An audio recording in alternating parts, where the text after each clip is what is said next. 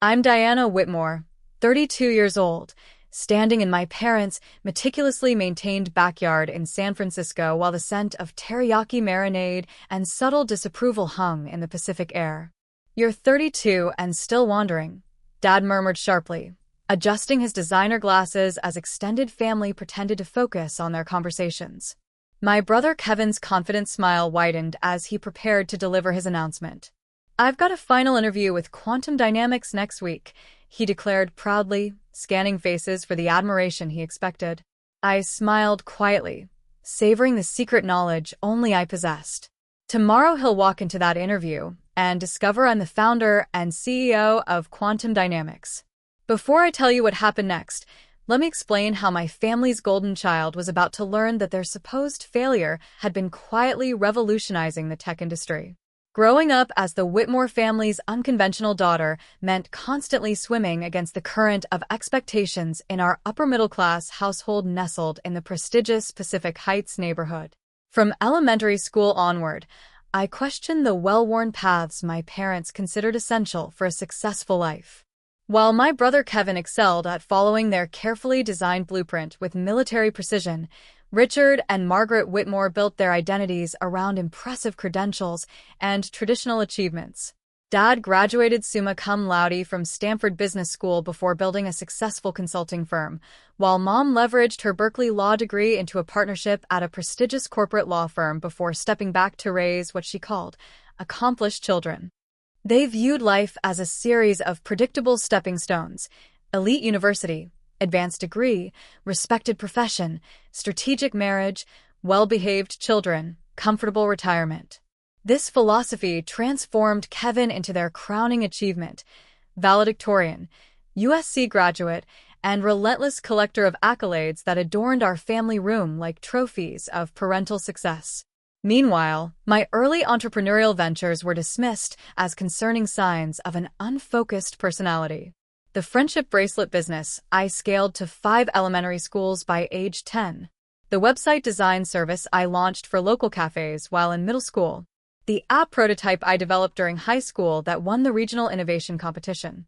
"Diana has potential if she would just channel it properly," became my parents' standard explanation at family gatherings, delivered with tight smiles and worried glances. The breaking point arrived during my sophomore year at Berkeley when I discovered a revolutionary approach to quantum computing algorithms that could transform data processing across industries. The computer science skills I'd been developing since childhood suddenly crystallized into a business concept that made my heart race with possibility. When I announced my decision to leave Berkeley and pursue this vision, my parents didn't just disapprove. They staged a full-scale family intervention in our formal living room, with Kevin positioned beside them as the shining example of good choices. "This is destroying your future," Dad declared, his voice rising with each word. "No Whitmore has ever been a college dropout." Mom nodded vigorously, adding, "What about stability, respect, your professional reputation?" Kevin remained diplomatically silent, but his expression conveyed volumes. A mixture of secondhand embarrassment and barely concealed satisfaction at being once again the child who wouldn't cause such disappointment. That evening marked the beginning of my gradual separation from family gatherings, holiday celebrations, and Sunday dinners, not through dramatic arguments, but through the natural distance that occurs when fundamental values no longer align. While they expected me to come to my senses within months, I instead poured every waking hour into building quantum dynamics from nothing. The distance between us grew proportionally to my company's success, though they remained unaware of either progression.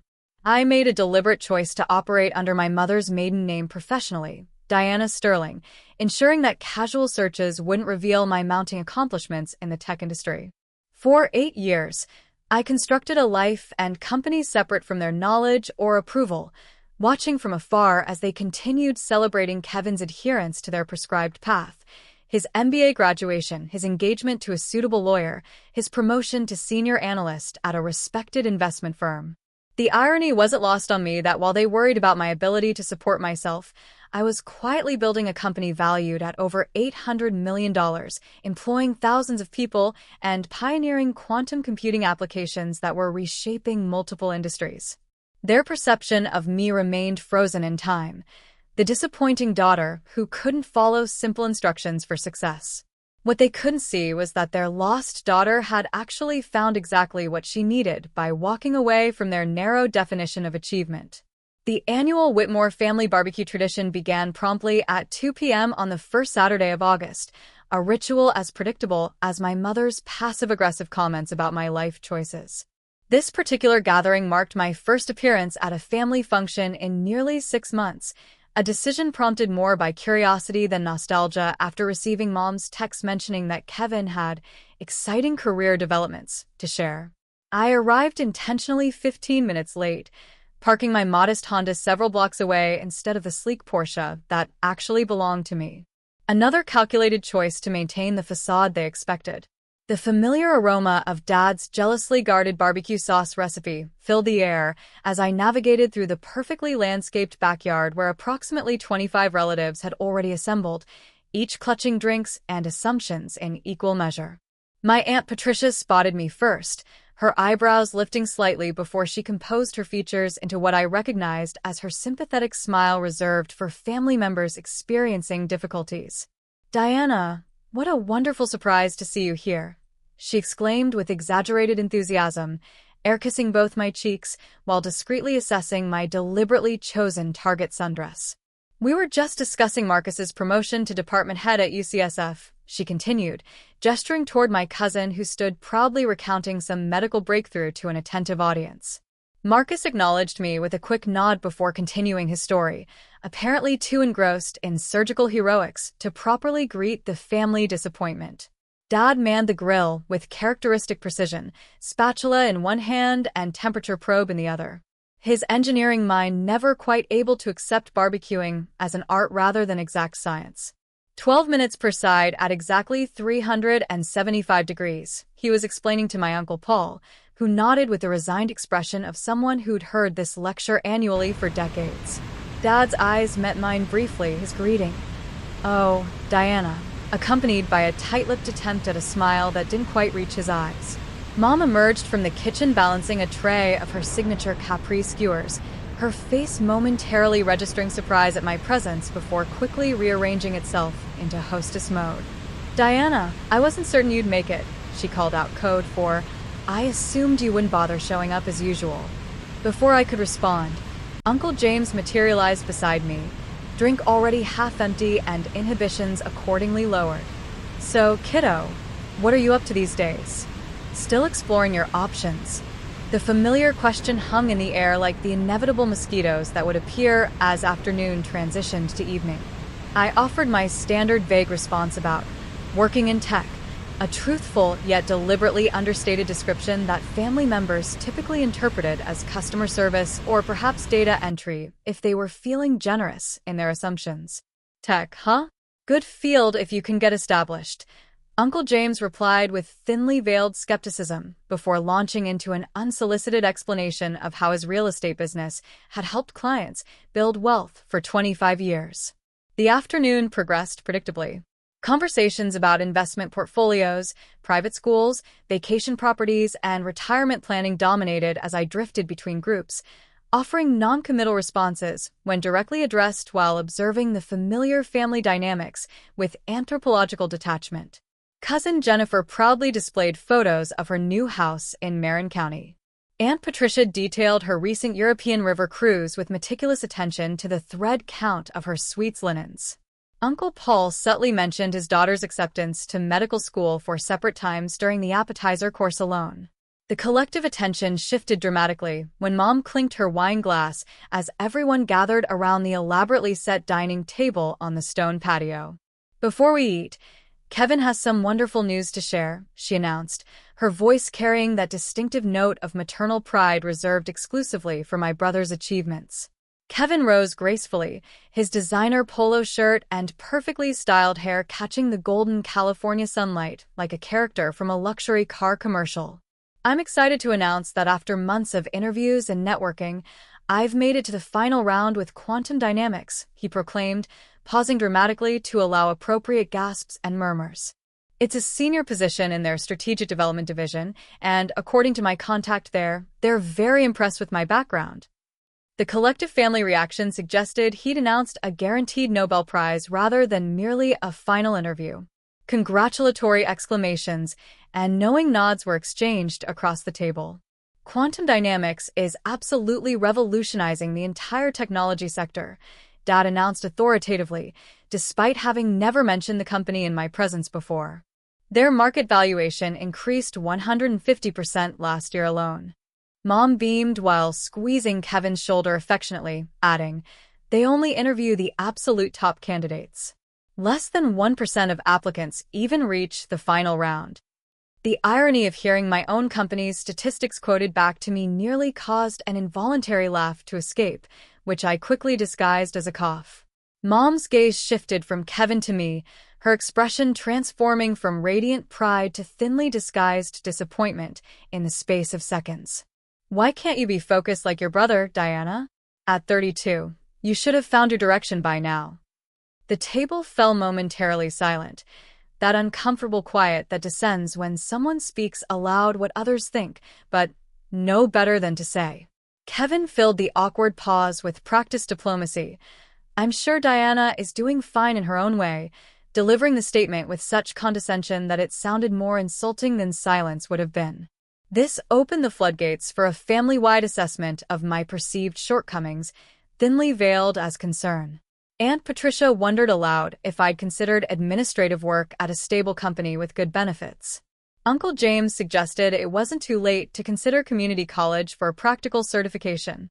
Cousin Marcus helpfully noted that the hospital was hiring in various support roles with excellent employee benefits.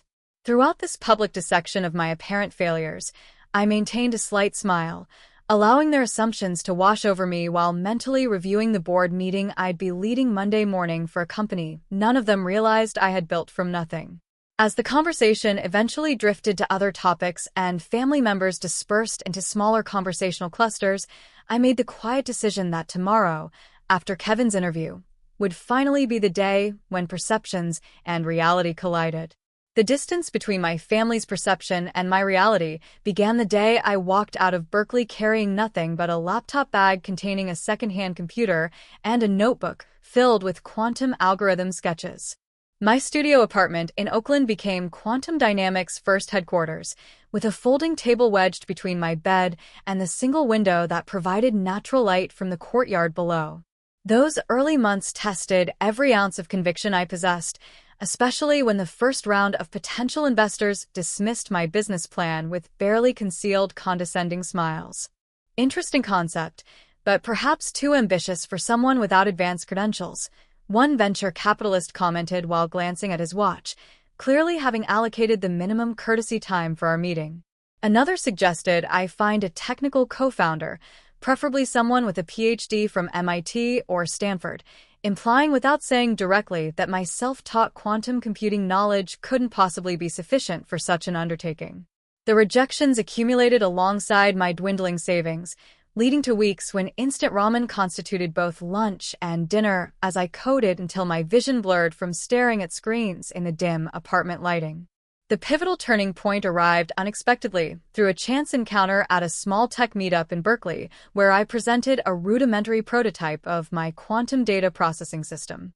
Among the sparse audience sat Dr. Elena Rodriguez, a former quantum physicist who had recently left academia and was exploring new investment opportunities.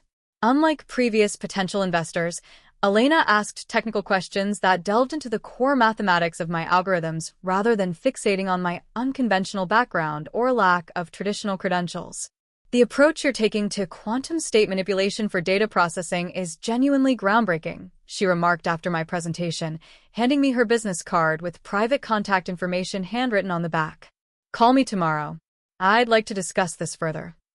That conversation led to Quantum Dynamics' first seed funding, $500,000 in exchange for 12% equity, accompanied by Elena's invaluable mentorship and connections within the quantum computing community. With actual capital available, I upgraded from my apartment office to a small commercial space in Berkeley, hired 3 junior developers, and accelerated the development timeline for our core product. The breakthrough that transformed our trajectory came during a caffeine-fueled 72-hour coding marathon when I finally perfected the proprietary algorithm that could process massive datasets using quantum principles with unprecedented speed and accuracy. The system could perform complex calculations in minutes that would require traditional supercomputers hours or days to complete, all while maintaining perfect accuracy rates. Securing our first major client required persistence bordering on obsession. After dozens of tech companies politely declined demonstrations, Dataflow Systems, a mid-sized analytics firm struggling with processing bottlenecks, agreed to pilot our system for a complex market analysis project. Their CTO's skeptical expression transformed into stunned amazement when our software completed in 20 minutes what would have required their entire infrastructure approximately 2 weeks of processing time. This fundamentally changes how we approach large-scale data analysis, he admitted, immediately authorizing a full enterprise subscription and subsequently becoming our most vocal advocate within industry circles. While the company steadily grew, I maintained a deliberate separation between my professional achievements and family relationships. Operating professionally as Diana Sterling, borrowing Elena's surname after she became like a mother figure to me, provided a convenient shield that prevented casual connections between the increasingly visible CEO of Quantum Dynamics and the Whitmore family's underachieving daughter. The strategic decision to maintain this divided identity stemmed not from shame, but from a desire to succeed entirely on my own merits, without either the advantage or burden of family connections. The 20-hour workdays during those formative years left little time for family gatherings anyway, making it relatively easy to maintain the illusion that I was simply figuring things out, rather than revolutionizing an industry. Particularly satisfying milestones passed entirely without my family's knowledge. Our expansion to offices in Seattle and Austin, the MIT Technology Review recognition as Innovator Under 35, our Series B funding round that valued the company at $150 million, and the steady growth of our team from 3 people to over 100 employees within 4 years. The most transformative business development occurred during our 5th year when Quantum Dynamics acquired Nexus Solutions, a smaller competitor with complementary technology that enhanced our core product's capabilities while eliminating a potential market rival. This strategic acquisition raised our profile considerably within the industry, generating attention from Fortune 500 companies, government agencies, and research institutions seeking to modernize their computational capabilities. By our 6th anniversary, Quantum Dynamics employed over 400 people across 5 offices nationwide, with an impressive client roster including 12 of the top 20 tech companies in the country, dozens of Fortune 500 enterprises, and several federal agencies operating under non-disclosure agreements. Throughout this period of extraordinary professional growth, my family continued their pattern of occasional concerned messages wondering when I would get serious about my future, entirely unaware that I now led executive meetings in boardrooms with panoramic views of San Francisco Bay, made decisions affecting thousands of employees' livelihoods, and regularly declined speaking engagements at prestigious universities due to scheduling constraints. The company's continued expansion necessitated moving our headquarters to a modern glass and steel building in downtown San Francisco, where my corner office afforded views of the very neighborhood where my parents lived, blissfully unaware that their supposedly directionless daughter operated a thriving enterprise just miles from their doorstep. By our 8th year, Quantum Dynamics had grown to over 600 employees with a valuation exceeding $800 million, my ownership stake now representing more wealth than the combined lifetime earnings of everyone at my family's annual barbecue.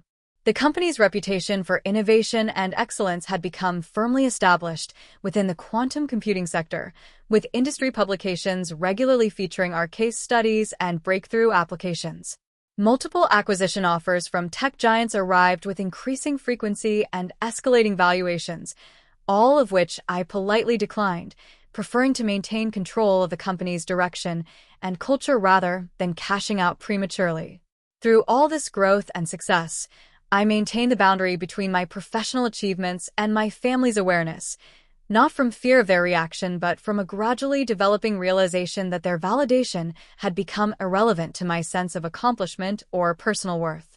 The separation had evolved from a defensive mechanism into a fascinating social experiment, How long could parallel realities exist before inevitably colliding?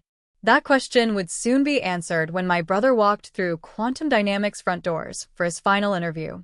The contrast between my family's perception and my actual circumstances hit me with renewed force as I entered my penthouse apartment overlooking the Golden Gate Bridge that evening after the barbecue. Kicking off the deliberately scuffed sandals I'd worn to maintain appearances and stepping onto the cool hardwood floors of my entryway, floor-to-ceiling windows captured San Francisco's glittering skyline while the sophisticated home automation system sensed my arrival, gradually illuminating the space and activating the integrated sound system to play a soothing ambient playlist. Shrugging off the Target sundress that had served as part of my disguise, I changed into silk loungewear and poured myself 2 fingers of 20-year-old Macallan, a small reward for enduring 4 hours of thinly veiled criticism from people whose combined net worth I could exceed with a single quarter's stock appreciation. The irony wasn't lost on me that while my cousin Marcus bragged about his surgical residency's 100-hour work weeks, it had developed medical imaging algorithms that would improve diagnostic accuracy for thousands of patients across multiple hospital systems. My ruminations were interrupted by a call from Sarah Mitchell, Quantum Dynamics Chief Operating Officer and the person who had been with the company almost since its inception, having joined as our 8th employee after leaving a prestigious position at Google. The interview schedule is finalized for tomorrow. She began without preamble, our years of collaboration eliminating the need for small talk. 9 candidates for the Strategic Development Director position, including a Kevin Whitmore scheduled for 2:30 p.m. Any relation? The question I'd been anticipating for weeks had finally arrived, prompting me to take a longer sip of scotch before responding. My brother, actually.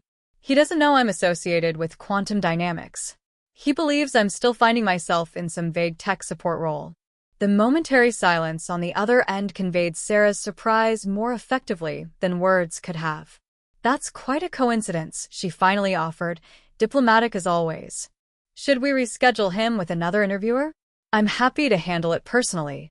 The offer was tempting, allowing me to avoid the imminent collision of my carefully separated worlds. But something deeper pushed me toward confronting this situation directly. No, keep the schedule as planned.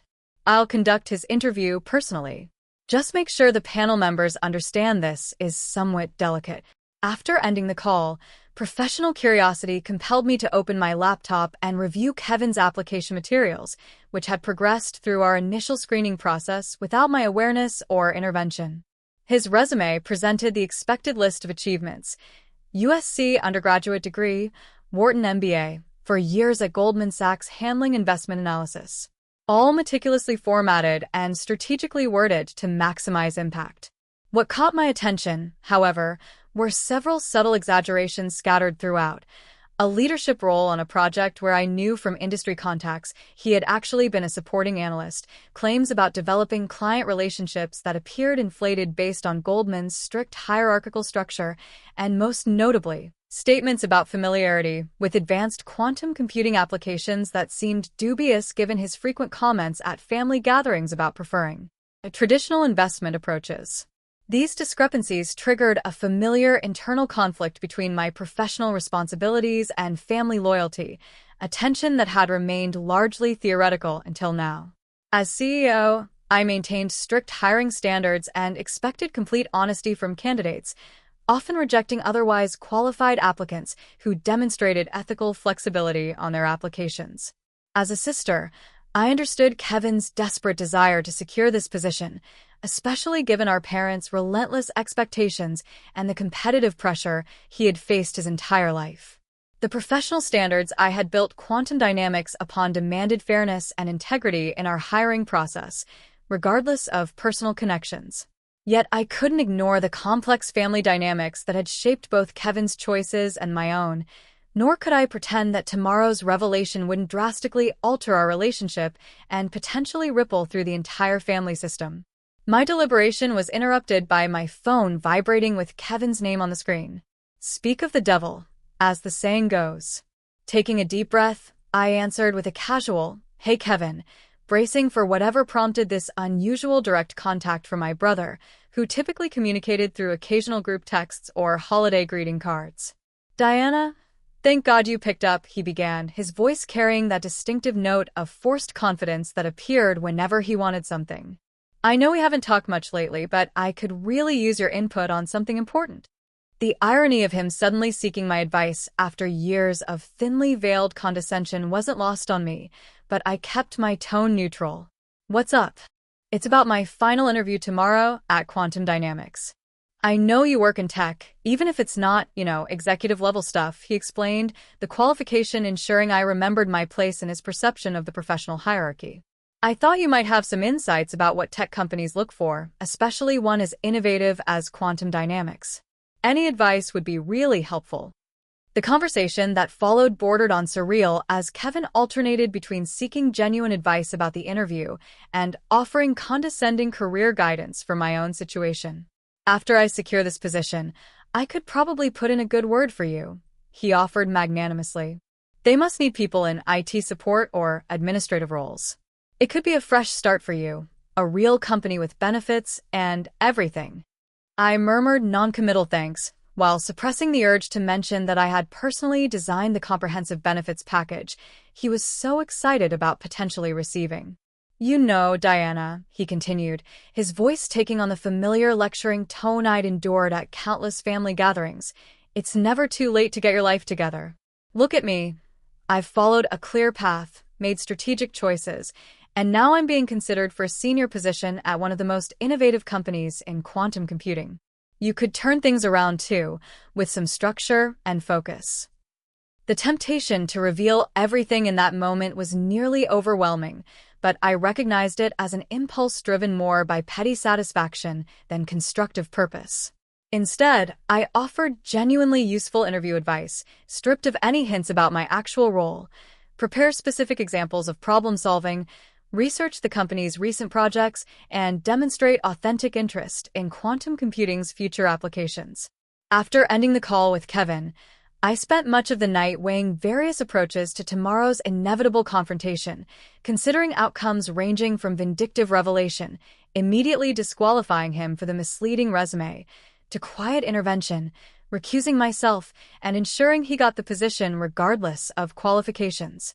By morning, having slept fitfully between bouts of ethical wrestling, I arrived at a decision that honored both my professional responsibilities and the complicated love I still maintained for my family despite years of misunderstanding and judgment. I would handle the situation with complete transparency and integrity, allowing Kevin to be evaluated on his actual merits while no longer hiding my own achievements or enabling family fiction. The morning brought uncharacteristic butterflies to my stomach as I dressed in my standard work attire, a tailored navy suit, crisp white blouse, and the subtle pearl earrings that had been my first significant purchase after Quantum Dynamics secured its series of funding. Morning bustle through tinted windows could be complicated. Marcus nodded sagely in the rear-view mirror. Those are always the trickiest situations. Best of luck sorting it out. If only he knew the full magnitude of what sorting it out would entail. I arrived at Quantum Dynamics headquarters 30 minutes earlier than usual. The gleaming 40-story building's facade reflected the morning sunlight across the bay, while security staff and receptionists greeted me with their usual respectful, "Good morning, Ms. Sterling." As I crossed the marble-floored lobby toward the private elevator that accessed executive floors, reaching my corner office on the 38th floor, I found Sarah waiting with a leather portfolio containing candidate profiles for today's interviews, her punctuality reflecting the military background she rarely discussed, but that informed her meticulous approach to operations. "I've briefed the interview panel about the unusual circumstances with Mr. Whitmore," she confirmed, maintaining professional terminology rather than calling him my brother. "They understand the sensitivity, but will evaluate him objectively against our standard criteria. His technical assessment is scheduled before your interview segment." I nodded appreciation for her discretion. "And the panel members?" Sarah consulted her notes, though I suspected she had memorized the details. "Jennifer from Strategic Development, Alex from Engineering, and Maria from Human Resources. Standard cross-functional team. They've been instructed to proceed normally and allow you to handle any personal aspects that might arise." The morning progressed with practiced efficiency as we conducted 4 interviews before Kevin's scheduled appearance. Each candidate brought impressive credentials and thoughtful responses to our standard questioning protocol. During a brief break, I received a text notification that Kevin had checked in with reception downstairs, triggering a fresh wave of anticipation mixed with apprehension. Through the glass wall of our conference room, I watched the elevator doors open precisely at 2:25 p.m., revealing my brother stepping confidently into the executive floor lobby, dressed in an aggressively formal charcoal suit that appeared slightly too structured for our company's more contemporary culture. The receptionist directed him to the waiting area with a gesture that unintentionally pointed in my direction, causing Kevin's gaze to sweep across the glass-walled conference room where I stood reviewing notes. His eyes passed over me initially, then snapped back with comic double-take precision, his practiced interview smile faltering momentarily before reasserting itself with visible effort. The mixture of confusion and disbelief that transformed his features confirmed he hadn't simply failed to mention knowing about my role. He was genuinely encountering this information for the first time. I maintained neutral professionalism as I approached the reception area, extending my hand formally. Mr. Whitmore, thank you for coming in today. I'm Diana Sterling, CEO of Quantum Dynamics. Please follow me to the conference room. Kevin's hand felt cold and limp in mine, his cognitive dissonance almost palpable as he struggled to reconcile the sister he had dismissed as directionless with the executive now controlling his professional fate. Diana, you work here, he finally managed, his voice barely above a whisper. You're with reception? The assumption that I must be in an administrative role despite my introduction spoke volumes about the depth of his misperception. I founded Quantum Dynamics 8 years ago and have served as chief executive officer since its inception, I clarified matter-of-factly, leading him toward our conference room where 3 curious panel members awaited, clearly sensing unusual dynamics despite their professional composure. We'll be conducting your interview with our standard panel approach. Please take a seat. The 90 minutes that followed ranked among the most surreal professional experiences of my career, watching my typically confident and articulate brother struggle through standard interview questions while periodically darting bewildered glances in my direction. His responses became increasingly disjointed as he attempted to reconcile his prepared interview strategy with the shocking reality of his audience. When Alex inquired about his experience with quantum computing applications, Kevin's claims to extensive familiarity crumbled under basic follow-up questions that revealed his fundamental misunderstanding of our technology's functionality. Jennifer's probing about strategic development scenarios yielded similarly superficial responses that might impress non-specialists, but failed to demonstrate the depth required for our senior position. By the time we reached Maria's behavioral questions about managing professional challenges, Kevin had visibly abandoned his rehearsed responses, instead answering with uncharacteristic authenticity about struggling with work-life balance and feeling perpetually inadequate despite outward achievements.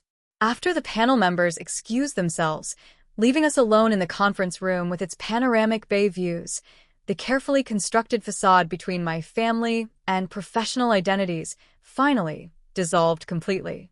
I don't understand, Kevin began, his voice unsteady. You're actually running this entire company? The same company featured in Fortune magazine last month. I nodded, allowing him the space to process this revelation at his own pace. Why didn't you ever tell any of us? Why would you let Mom and Dad think you were? He trailed off, apparently unable to verbalize the family's collective assumption about my circumstances. Failing? Struggling? Lost, I supplied calmly. Because their definition of success never aligned with my vision. And at some point, I stopped needing their validation to measure my own worth. Kevin's expressions cycled rapidly through disbelief, anger, embarrassment, and finally settling into something resembling panic. So yesterday, when everyone was talking about how directionless you are and I announced my interview here, you already knew that I'd be. He paused, the full implications hitting him. Conducting your interview, yes. The weight of this sequence appeared to hit him with physical force, his shoulders slumping as color drained from his face. God, I even called to give you career advice. Offer to help you get an entry-level position. A hysterical edge crept into his voice. This is humiliating. Rather than responding immediately, I walked to the office kitchenette and returned with 2 glasses of water, placing one before my visibly distressed brother. Kevin, I didn't orchestrate this situation to embarrass you. You applied through normal channels, were screened by our HR team based on your qualifications, and progressed to final interviews without any intervention from me. Taking a seat beside rather than across from him, I continued more gently. What troubles me isn't that you didn't know about my position. That was my choice to keep private. It's that your application contains several claims that don't align with the reality of your experience. The directness of this observation caused him to flinch slightly before his business school training reasserted itself. I may have emphasized certain aspects of my experience to highlight relevant skills. He began defensively before abruptly stopping himself. Something unexpected happened then. Kevin's carefully cultivated professional mask crumbled entirely as his eyes filled with tears. Do you have any idea what it's like? He asked quietly. Being the successful son that mom and dad parade around? The expectations never stop increasing. USC wasn't good enough. It should have been Stanford. Making Dean's List wasn't enough. I should have been valedictorian. Every achievement just raises the bar for the next impossible standard. This raw vulnerability from my perpetually composed brother caught me completely off guard. Each family gathering, I have to arrive with some new accomplishment, some evidence that their investment in me is paying off, he continued, wiping tears with uncharacteristic disregard for his appearance. When I heard about this position at Quantum Dynamics, it seemed perfect, prestigious enough to satisfy them, challenging enough to actually engage me. I've been miserable at Goldman for years, but quitting without something better wasn't an option. The revelation of Kevin's private struggles beneath his seemingly perfect adherence to our parents' expectations shifted something fundamental in my perception of our family dynamics. The golden child and the disappointment suddenly appeared as 2 sides of the same damaged coin, both responding to parental conditional love, just with different coping mechanisms. I had no idea, I admitted, reaching across the conference table to squeeze his hand briefly. From the outside, you always seemed completely aligned with their vision, thriving under the same expectations that felt suffocating to me. Kevin gave a hollow laugh. That's what makes this so ironically perfect. You escaped their expectations and built something extraordinary on your own terms. I followed their blueprint exactly and ended up miserable, faking qualifications for a job interview at my rebellious sister's company. The absurdity of the situation finally broke through the tension, causing us both to laugh with a genuineness I couldn't remember sharing with my brother since childhood. As our conversation shifted toward more honest territory than we'd explored in decades, the superficial sibling rivalry imposed by parental expectations began dissolving, replaced by tentative recognition of shared experiences viewed through different lenses. The emergency family dinner orchestrated by Kevin that evening brought me back to my parents' Victorian home in Pacific Heights for the second time in 48 hours, a frequency unprecedented in recent years. Mom's confusion was evident when she opened the door to find me standing beside Kevin, both of us arriving in the same vehicle rather than separately, as would have been expected given our historically distant relationship. "Diana, I didn't realize you were joining us," she remarked with poorly disguised surprise, her gaze flicking between my business attire and Kevin's uncharacteristically subdued expression. Kevin mentioned needing to discuss something important, but didn't specify details. "This concerns all of us," Kevin interjected with unusual assertiveness, guiding me into the formal dining room where our father already sat reviewing documents at his customary place, at the head of the mahogany table. Richard Whitmore glanced up with mild irritation at the interruption, his reading glasses perched low on his nose, before registering my unexpected presence. "Diana, is everything all right?" The automatic assumption that my appearance at an unscheduled family gathering must indicate some personal crisis spoke volumes about their perception of my life stability. Before I could respond, Kevin took control of the narrative. "Mom, Dad, we need to have an honest conversation about something important. It's about my interview today." My mother brightened immediately, interpreting this as good news about the position we'd heard so much about at yesterday's barbecue. "Did they offer you the job already?" "I told your father they would recognize your qualifications immediately." Her enthusiasm dimmed slightly as she noticed Kevin's lack of celebratory energy. "What happened, sweetheart? Did something go wrong?" My brother took a steadying breath before continuing. "The interview went differently than expected. I discovered something significant about quantum dynamics that none of us knew." He paused, glancing at me with a silent request to take over the revelation. "I founded quantum dynamics 8 years ago when I left Berkeley," I stated simply, watching their expressions shift from confusion to disbelief. "I've been serving as CEO since its inception. The company currently employs over 600 people nationwide and was valued at $800 million during our last funding round." The stunned silence that followed stretched uncomfortably until Dad broke it with characteristic skepticism. "That's impossible. We would have known something like that." Mom's reaction proved more immediately practical. "Quantum dynamics," she repeated slowly, reaching for her phone. "Diana Sterling is listed as the founder in all the articles." She began typing rapidly. "You've been using a different name professionally?" Rather than answering directly, I watched as she scrolled through search results, her eyes widening progressively as connections formed. "There's a profile in TechCrunch from last year," she murmured, more to herself than to us. "And a Wall Street Journal feature about revolutionizing quantum computing." Her gaze lifted from the screen to study my face with newfound uncertainty. "This is actually true? You really built this company?" Dad had retrieved his own laptop, conducting his own verification with increasing agitation. "This makes no sense. Why wouldn't you tell us about this level of success? Why maintain the impression that you were struggling all these years?"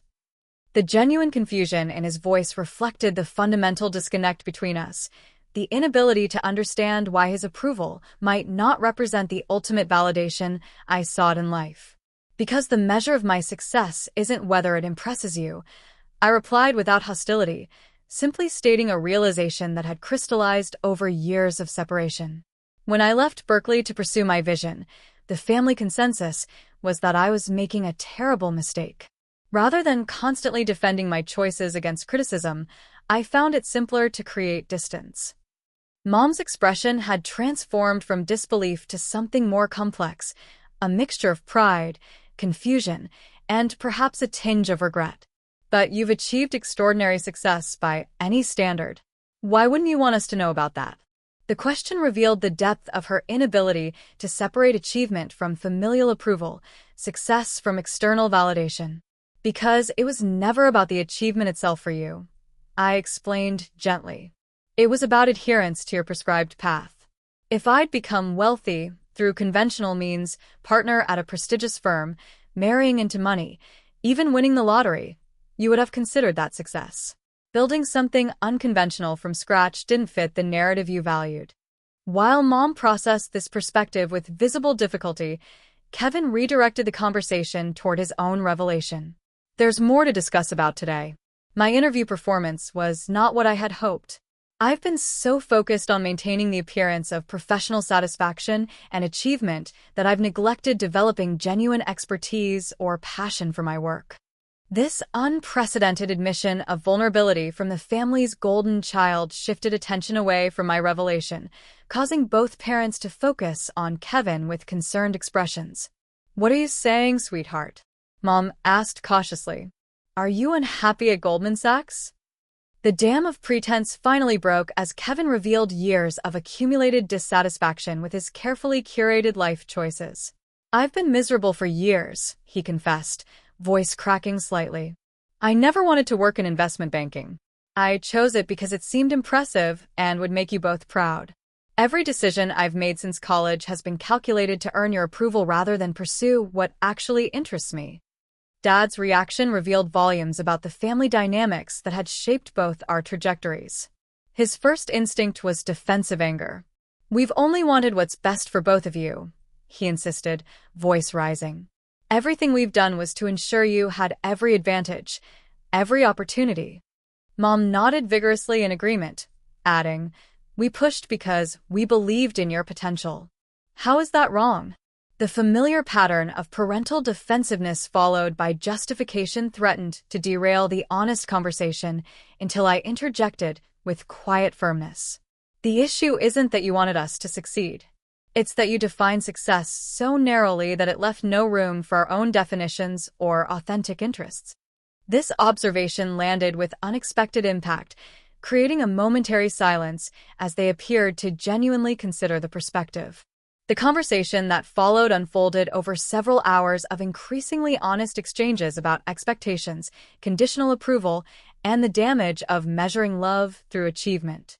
Dad eventually lapsed into uncharacteristic quietness, his typical authoritative certainty replaced by reflective listening, as both his children revealed perspectives he had never considered. Mom alternated between defensive justifications and moments of genuine insight about her role in creating the dynamics that had fractured our family connections. By the time dessert was served, largely untouched as emotional appetites overshadowed physical ones, I had established clear boundaries for future family interactions. I'm willing to rebuild our relationship, but only on terms that respect my autonomy and life choices. Conditional approval isn't something I'm interested in earning anymore. This declaration, delivered without anger but with firm conviction, marked a fundamental shift in our family power dynamic. The evening concluded with tentative steps toward a new understanding. Not instantaneous healing of decades of misalignment, but the beginning of a more authentic connection based on who we actually were rather than who our parents had expected us to become. 6 months after the revelations that transformed our family's understanding of success and achievement, the Whitmore family dynamics had shifted in ways both subtle and profound. My parents' spacious home, once adorned exclusively with Kevin's accomplishments, now displayed framed articles about quantum dynamics alongside photographs from both children's lives, external representation of internal changes gradually taking root. The most significant transformation occurred in my relationship with Kevin, which evolved from distant competition to genuine collaboration after he declined the position at Quantum Dynamics, acknowledging honestly that his qualifications didn't match the role, and instead accepted my offer to help him explore career paths that genuinely engaged his interests. Our weekly coffee meetings became opportunities for authentic connection as he gradually uncovered a passion for sustainable technology that had been buried beneath years of parental expectations focused on traditional finance. "I've spent so much time trying to win a game I never actually wanted to play," he confided during one such meeting, stirring his cappuccino thoughtfully. "Watching you present to your executive team last week was eye-opening, not because of your position or the company's success, but because of how genuinely excited you are about the work itself." This observation captured perfectly the fundamental shift in perspective he was experiencing. I established healthier boundaries with our parents while simultaneously building more authentic connections. No longer avoiding family gatherings, but approaching them with clear limits on certain topics and behaviors. When Mom slipped into old patterns, comparing my single status to Kevin's relationship, "32 is getting up there, Diana, and you're such a catch now with your company," I responded with calm directness. "Mom, we discussed how comparing your children doesn't foster healthy relationships. I'm happy with my life exactly as it is." These gentle but consistent corrections gradually modified behaviors that had seemed immutable for decades. Dad's adjustment proved surprisingly substantial once his initial defensiveness subsided. His engineering mind approached our strained relationship as a problem to be solved, leading him to seek books on parental expectations and even attend workshops on family dynamics, efforts that would have been unimaginable mere months earlier. "I've been thinking about what you said regarding conditional love," he acknowledged during a private conversation in his study. "It wasn't intentional, but I see now how our focus on achievements might have communicated that our approval was performance-based." This humble acknowledgement, clearly difficult for a man accustomed to certainty, opened pathways for healing that decades of argument never could have achieved. The professional consequences of our family revelations proved equally transformative. Kevin, liberated from the pressure to maintain appearances of investment banking success, discovered genuine enthusiasm for developing clean technology solutions that made sustainable energy accessible to underserved communities. His finance background, combined with newly developed technical knowledge acquired through courses I helped him identify, positioned him uniquely in an emerging field that engaged both his analytical abilities and previously unexpressed environmental passion. Watching his excitement grow as he developed his first prototype, a microfinancing platform for residential solar installations, provided satisfaction entirely different from my business achievements. The joy of witnessing authentic passion replace performative success. My own professional trajectory expanded to include establishing a scholarship fund for unconventional entrepreneurs, particularly those pursuing non-traditional paths without family support or connections. The Diana Whitmore Fellowship, using my birth name professionally for the first time, provided funding, mentorship, and networking opportunities for 15 promising innovators annually, with selection criteria emphasizing authentic vision and determination rather than prestigious credentials. Explaining this initiative during a rare joint interview with Kevin for a business publication, I shared the philosophy underlying both the fellowship and my revised approach to family relationships. Traditional metrics of success often miss the most innovative potential. The people who change industries are frequently those who question established patterns rather than perfectly following them. The healing process included professional family therapy sessions that provided structured space for addressing decades of accumulated misunderstandings and hurt feelings. These conversations occasionally became uncomfortable as buried resentment surfaced, but the skilled therapist helped us navigate toward understanding rather than assigning blame. During one particularly significant session, Mom articulated a breakthrough realization. I pushed both of you toward paths I considered secure because I grew up with such financial instability, she explained, voice thick with emotion. My father's startup failed when I was 14, and we went from comfortable to barely surviving overnight. I swore my children would never experience that fear. This contextualizing of her controlling behavior didn't excuse past wounds, but offered new compassion for their origins. The first family gathering after 6 months of this intensive healing work, a smaller, more intimate dinner rather than the performance-oriented barbecue that had triggered our confrontation, demonstrated tangible progress in our communication patterns. Conversations flowed toward genuine interest rather than achievement accounting, with questions about fulfillment and passion replacing interrogations about promotions and credentials.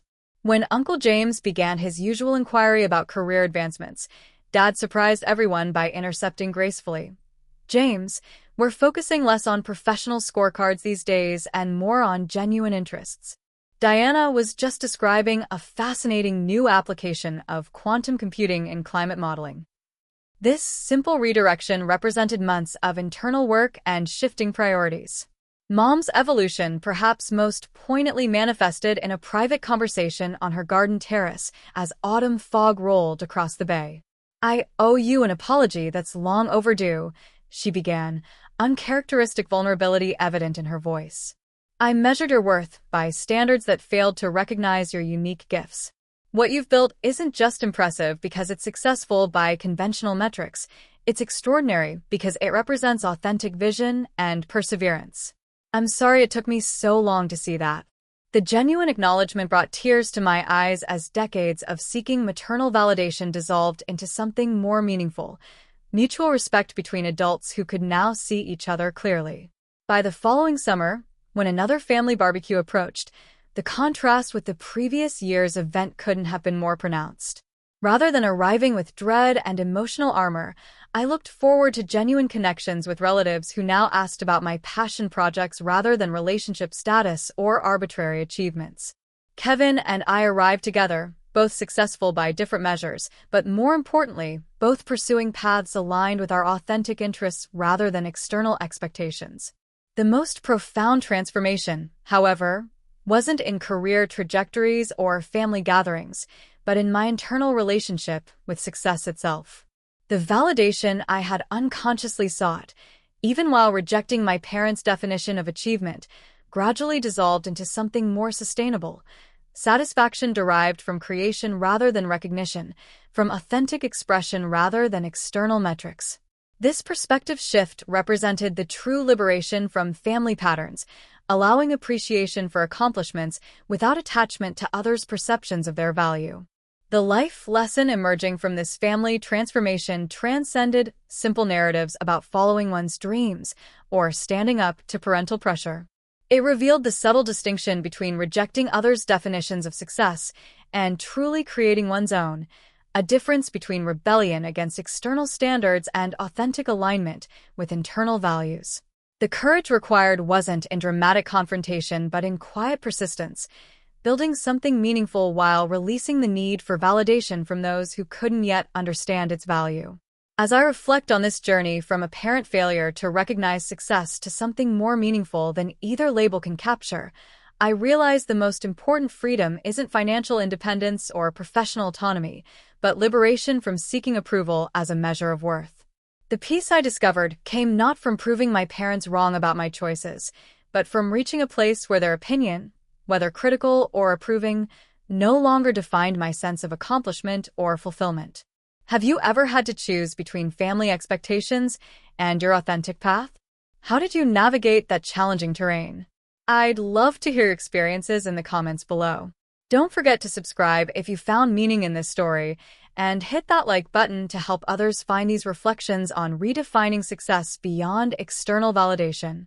Share with someone who might be struggling with similar family dynamics. Sometimes knowing we're not alone in these complex journeys is the most valuable gift we can receive. Thank you for joining me in this vulnerable sharing. And remember, true success isn't what others can see and applaud, but the alignment between your daily choices and your deepest values.